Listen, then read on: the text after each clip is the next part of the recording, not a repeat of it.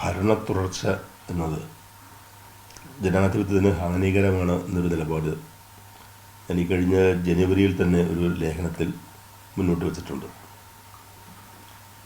ഈ അധികാരം എപ്പോഴും ദുഷിപ്പിക്കും, പരമമായ അധികാരം പരമമായി ദുഷിപ്പിക്കുമെന്നൊക്കെ ആക്ടൻ ബ്രൂപ്പ് പറഞ്ഞിട്ടുള്ളത് അതിനൊക്കെ ചില പ്രസക്തിയുണ്ട്.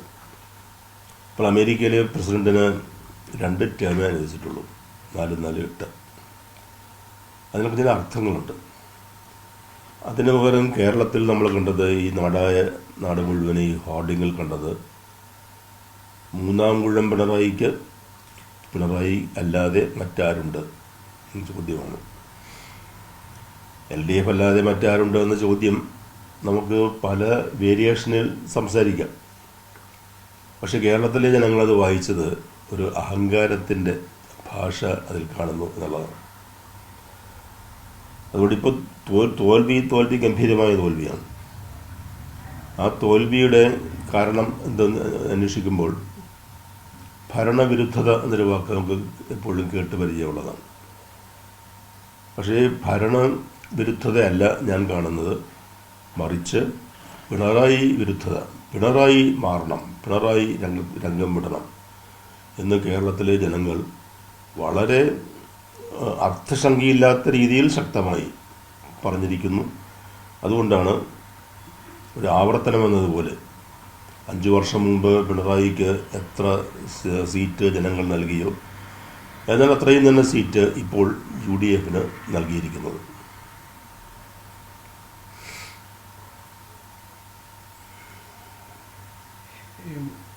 ഇത് പലരും പറയുന്നത് ഒരു ഏകാധിപത്യ ശൈലി, അങ്ങനെ കാരണങ്ങളെല്ലാം തന്നെ പറയുന്നത്. ഇത്രയും വളരെ അമ്പേ പരാജയം എന്നെല്ലാം പറയുന്നത് ഒരുപക്ഷെ ആ ശൈലി ജനങ്ങൾക്ക് മടുത്തു, അല്ലെങ്കിൽ ജനങ്ങൾക്ക് ബോധ്യം വന്നു എന്നൊരു തോന്നലായിരിക്കും. അത് കാരണം ഒരുപാട് വികസന പ്രവർത്തനങ്ങളെല്ലാം പറയുന്നുണ്ടല്ലോ, ഒരുപാട് ക്ഷേമ പ്രവർത്തനങ്ങൾ നടത്തിയെന്ന് പറയുന്നുണ്ട്. ഈ പറച്ചിലുകൾക്കിടയിലും ജനം അത് ഇതെല്ലാം ശരി, പക്ഷേ ഇത് അനുവദിക്കാൻ പറ്റില്ല എന്നൊരു തോന്നലിലേക്ക് അങ്ങനെ വന്നതുകൊണ്ടായിരിക്കും. അല്ല, നമ്മൾ ഈ ഒരു വികസനം ഒരിക്കലും വോട്ടാവില്ല.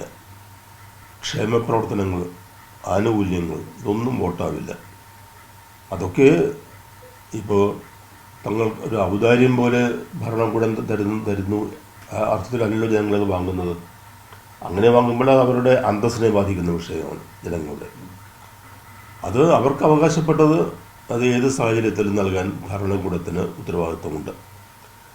വളരെ ഒരു അസാമാന്യമായ പ്രകടനം പിണറായി കാഴ്ചവെച്ചത് കോവിഡ് കാലത്തും പ്രളയകാലത്തുമാണ്. അതിനുള്ള അംഗീകാരം എന്ന നിലയ്ക്ക് വലിയ രീതിയിലുള്ള ഭൂരിപക്ഷം ജനങ്ങൾ നൽകുകയും ചെയ്തു. അപ്പോൾ ഇവിടെ ഞാൻ എൻ്റെ വോട്ട് ഏത് സാഹചര്യത്തിലും LDFനുള്ളതാണ്. പക്ഷേ ബഹുഭൂരിപക്ഷം ആളുകളുടെയും വോട്ട് അങ്ങനെ സ്ഥിരമായി നിൽക്കുന്ന ഒന്നല്ല. അവർ പോളിംഗ് ബൂത്തിലെത്തിയ അവസാന നിമിഷവും അവരുടെ തീരുമാനം മാറിക്കൊണ്ടിരിക്കും. അതെങ്ങനെ മാറുന്നു എന്ന് ചോദിച്ചാൽ അതിന് അവർക്ക് അവരുടേതായ കാരണമുണ്ട്. എന്തുകൊണ്ട് പിണറായി വിജയനെ വോട്ട് ചെയ്യരുത് എന്ന് ഞാൻ പറയേണ്ടി വന്നാൽ പറയുന്ന സാഹചര്യം, അദ്ദേഹത്തിൻ്റെ ഭാഷ, അദ്ദേഹം ഉപയോഗിക്കുന്ന വാക്കുകൾ, അതൊക്കെ ഒരു ജനാധിപത്യ സംവിധാനത്തിൽ കേൾക്കാൻ പാടില്ലാത്ത കാര്യങ്ങളാണ്. ഏറ്റവും ഒടുവിൽ ഒരു ചോദ്യം ചോദിക്കാൻ തുനിഞ്ഞ സഖാവിനോട് വീട്ടിൽ പോയി ചോദിച്ചാൽ മതി എന്ന് പറഞ്ഞാൽ അതാ ധാർഷ്ട്യത്തിൻ്റെ അഹങ്കാരത്തിൻ്റെയൊക്കെ ഒരു പരമമായ അവസ്ഥയാണ്. അത് ജനങ്ങൾ പൂർണ്ണമായും തള്ളിക്കളഞ്ഞു. അതുകൊണ്ട് ആ സഖാവല്ല വീട്ടിൽ പോകേണ്ടി വന്നത്, പിണറായി വിജയന് വീട്ടിലിരിക്കേണ്ട അവസ്ഥയുണ്ടായി. അദ്ദേഹം ഉപയോഗിച്ചിട്ടുള്ള വാക്കുകളൊക്കെ എടുത്താൽ എത്ര മ്ലേച്ഛമായ രീതിയിലാണ് എതിരാളികളോട്, അഭിപ്രായ വ്യത്യാസമുള്ളവരോടൊക്കെ സംസാരിക്കുന്നത്. അതൊക്കെ ശരിയാണ്, അങ്ങനെ ഇരിക്കട്ടെ എന്ന് വയ്ക്കാം. അങ്ങനെ വരുമ്പോൾ CM ഇങ്ങനെയല്ല, ഇതൊന്ന് തിരുത്തണം എന്ന് പറയാൻ ആരാ ഉണ്ടായിരുന്നത്? ഒരു കമ്മ്യൂണിസ്റ്റ് മുഖ്യമന്ത്രി എപ്പോഴും പാർട്ടി സെക്രട്ടറിക്ക് വിധേയനായി പ്രവർത്തിക്കേണ്ട ആളാണ്. പാർട്ടി സെക്രട്ടറി എന്ന് പറഞ്ഞാൽ ഒരു വ്യക്തിയല്ല, അത് ഒരു ഉന്നത അധികാര സമിതികളൊക്കെ അവിടെ പ്രവർത്തിക്കുന്നുണ്ട്. ആ സംവിധാനം ഒന്നും പ്രവർത്തിച്ചില്ല പിണറായിയുടെ ഈ 5 വർഷക്കാലത്ത്. കോടിയേരി ബാലകൃഷ്ണൻ്റെ കാലം കഴിഞ്ഞതോടെ പാർട്ടി സെക്രട്ടറി ഉണ്ടോ എന്ന് പോലും നമുക്ക് സംശയമായി. അങ്ങനെ ആരാളും നിയന്ത്രിക്കപ്പെടാതെ സർവതന്ത്ര സ്വതന്ത്രനായി അമിതാധികാരം ഏതറ്റം വരെ കൊണ്ടുപോകാമോ ആ അറ്റം വരെ കൊണ്ടുപോയി അത് എൻജോയ് ചെയ്ത് എല്ലാവരെയും അടിച്ചമർത്തി മുന്നോട്ട് പോകാൻ കഴിയും എന്ന് പിണറായി വിജയൻ അദ്ദേഹത്തിൻ്റേതായ ഒരു രാഷ്ട്രീയ വിവേകത്തിൽ തീരുമാനിച്ചതിൻ്റെ അപകടം കൂടിയാണത്. ഒരു തുടർച്ച കിട്ടിയിരുന്നെങ്കിൽ പാർട്ടി ഇല്ലാതാവുന്നു ഈ ഒരു ടൈമിന് ശേഷം നമുക്ക് തോന്നിയിട്ടുണ്ടോ? കാരണം അത്രമേൽ ഈ അടിത്തട്ടിലേക്ക് വരെ പടരുന്ന രീതിയിലേക്ക്, കലരുന്ന രീതിയിലേക്ക് ആ ഒരു അധികാരമോ അല്ലെങ്കിൽ ഒരു ഏകാധിപത്യ പ്രവണതയോ ബാധിച്ചതായിട്ട് തോന്നിയിരുന്നു? തീർച്ചയായും ഒരു തെരഞ്ഞെടുപ്പ് കാലത്ത് പറയുന്നതിനൊക്കെ ഒരു പരിമിതിയുണ്ട്, ഒരു പാർട്ടിയുമായി ബന്ധപ്പെട്ട് നിൽക്കുന്ന ആളെന്ന നിലയ്ക്ക്. എങ്കിലും ചില സ്ഥലങ്ങളിലൊക്കെ അന്ന് പറയേണ്ടി വന്നിട്ടുണ്ട്. പിണറായി വിജയനാണല്ലോ ഈ മൂന്നാം ഊഴം ചോദിക്കുന്നത്. പിണറായി വിജയൻ മുഖ്യമന്ത്രിയായി വീണ്ടും LDF അധികാരത്തിൽ വന്നാൽ അത് LDFൻ്റെ അല്ലെങ്കിൽ CPMൻ്റെ അന്ത്യം ആയിരിക്കും. കേൾക്കുമ്പോൾ പറയുമ്പോഴൊക്കെ നമുക്കൊരു ബുദ്ധിമുട്ട് തോന്നും. ബംഗാളിൽ സംഭവിച്ചത് എന്താണോ അത് കേരളത്തിലും സംഭവിക്കുമായിരുന്നു. ബംഗാളിൽ സംഭവിച്ചിട്ട് എന്തു പറ്റി? 15 കൊല്ലം മമതാ ബാനർജിൻ്റെ ഭരണത്തിന് ശേഷവും എന്നാൽ CPMന് ഒരു ചാൻസ് കൊടുക്കാം എന്ന് അവിടുത്തെ ജനങ്ങൾ തീരുമാനിച്ചില്ലല്ലോ. അപ്പം പുറത്താക്കിയാൽ പുറത്താക്കപ്പെട്ടത് തന്നെയാണ്, പിന്നെ തിരിച്ചുവരവുണ്ടാവില്ല. കേരളത്തിൽ ഇപ്പോഴും അങ്ങനെ അവസ്ഥ ഉണ്ടായിട്ടില്ല. കേരളത്തിൽ പാർട്ടി ഇപ്പോഴും ഉണ്ട്, പാർട്ടിയെ സ്നേഹിക്കുന്നവരുണ്ട്, പാർട്ടിക്ക് വേണ്ടി പ്രവർത്തിക്കുന്നവരുണ്ട്. അവർക്ക് കുറേ കൂടി സ്വതന്ത്രമായ ഒരു അന്തരീക്ഷത്തിൽ ജനങ്ങളെ കാണുന്നതിന് ആ പഴയകാലത്തെ ഒരു പാർട്ടി പ്രവർത്തനത്തിൻ്റെ ആസ്വാദ്യതയുണ്ടല്ലോ, ഒരു പരസ്പരമുള്ള സ്നേഹവും ബഹുമാനവും ഒക്കെ, അതൊക്കെ തിരിച്ചു കൊണ്ടുവരുന്നതിനുള്ള ഒരു നല്ല അവസരമാണ് ഇപ്പോൾ കിട്ടിയിരിക്കുന്നത്. അത് പിണറായി വിജയൻ്റെ അസാന്നിധ്യത്തിൽ പാർട്ടി നന്നായി പ്രയോജനപ്പെടുത്തും എന്നാണ് ഞാൻ കരുതുന്നത്. ജി സുധാകരൻ അടക്കമുള്ള ഒട്ടേറെ നേതാക്കൾ പുറത്തു വരികയും വളരെ പെട്ടെന്ന് പുറത്തു വരികയും അവർ തെരഞ്ഞെടുപ്പിൽ മത്സരിക്കുകയും അത് ജനങ്ങൾ അംഗീകരിക്കുകയും ചെയ്തൊരു അവസ്ഥ കൂടിയുണ്ട്. ഇതെല്ലാം തടയണമായിരുന്നു. അതിൽ അവരെ പ്രകോപിപ്പിക്കാതെ അവരെ ഒരുമിച്ച് നിർത്തി പോകേണ്ടതായിരുന്നു ഒരു കേഡർ സ്വഭാവത്തിൽ ചെയ്യേണ്ടത്. അല്ലെങ്കിൽ ഒരുമിച്ച് നിന്ന് അവരെ ഇങ്ങനെ പുറത്താക്കണമായിരുന്നു, അവമാനിച്ച് പുറത്താക്കണമായിരുന്നു. അല്ല, അതൊരു വിഷയം തന്നെയാണ്. ഇവരൊക്കെ പുറത്തു പോയതിൻ്റെയൊക്കെ പിന്നിൽ ചില കാരണങ്ങളുണ്ടാവുമല്ലോ. ആ കാരണങ്ങൾ മനസ്സിലാക്കി അതിനൊരു പരിഹാരം ഉണ്ടാക്കുക. ഇവരൊക്കെ ഞങ്ങളോട് കൂടെ ഒപ്പം വേണ്ടവരാണ് എന്ന അത്ര അവർക്ക് ആവശ്യമുള്ളൂ.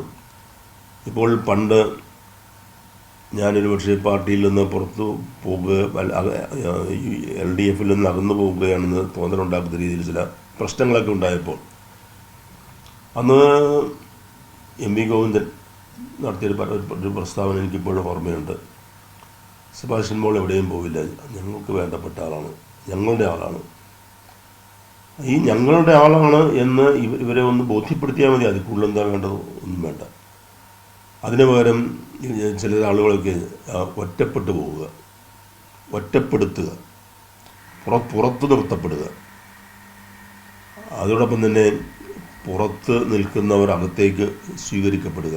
അങ്ങനെ പല പ്രശ്നങ്ങളുമുണ്ട്.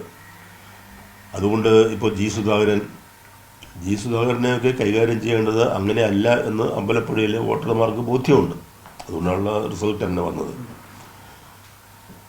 അപ്പോൾ പാർട്ടി തീരുമാനിക്കുന്നതിൽ നിന്ന് വിഭിന്നമായും വ്യത്യസ്തമായും ചില നിലപാടുകൾ ജനങ്ങൾക്ക് സ്വീകരിക്കേണ്ടി വരുന്നു.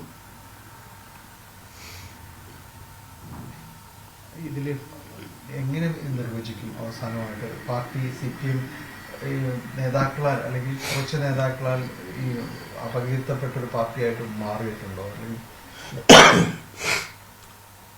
ബംഗാളിൽ നിന്ന് വ്യത്യസ്തമായി കേരളത്തിലെ കമ്മ്യൂണിസ്റ്റ് പ്രസ്ഥാനം അതിനൊരു ജൈവശക്തിയുണ്ട്.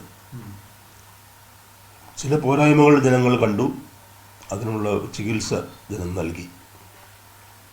പിണറായി വിജയൻ നിശബ്ദനാക്കപ്പെട്ടു, ഒരു പ്രതികരണവും ഇതുവരെ ഉണ്ടായിട്ടില്ല. അങ്ങനെയല്ലല്ലോ വേണ്ടത്.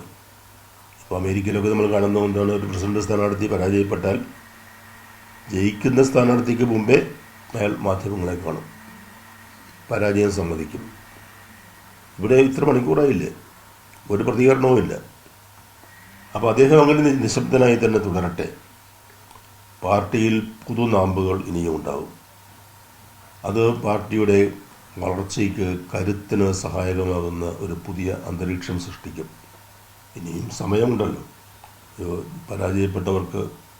പരാജയപ്പെട്ടവർക്ക് തിരിച്ചു വരുന്നതിന് അധികം സമയം വേണ്ട എന്നതിന് ഏറ്റവും നല്ല ഉദാഹരണം ഇപ്പോൾ UDF തന്നെയല്ലേ.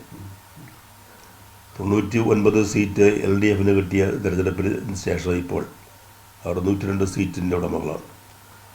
അതുകൊണ്ട് അലേശം മനസ്താപം, തെറ്റുതിരുത്താനുള്ള ഒരു മനസ്സ് അത് കാണിച്ചാൽ ജനാധിപത്യത്തിൽ ജനങ്ങളെപ്പോഴും അത് സ്വീകരിക്കും.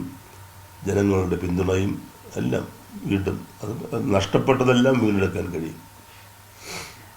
MLA ആയിരുന്നു, MP ആയിരുന്നു, പാർട്ടി സഹായത്തിനാണ്, പിന്നെ പാർട്ടി അംഗം, ഇതെല്ലാം നിന്നുകൊണ്ട് ഈ രീതിയിലേക്കൊരു വിമർശന സ്വഭാവത്തിലേക്ക് വരുമ്പോൾ എന്തെങ്കിലും ഇനിയിപ്പോൾ പാർട്ടി വിരുദ്ധൻ എന്ന രീതിയിലേക്ക് മുദ്രയിട്ടിട്ടോ അങ്ങനെ ആലോചിച്ചിട്ടുണ്ടോ?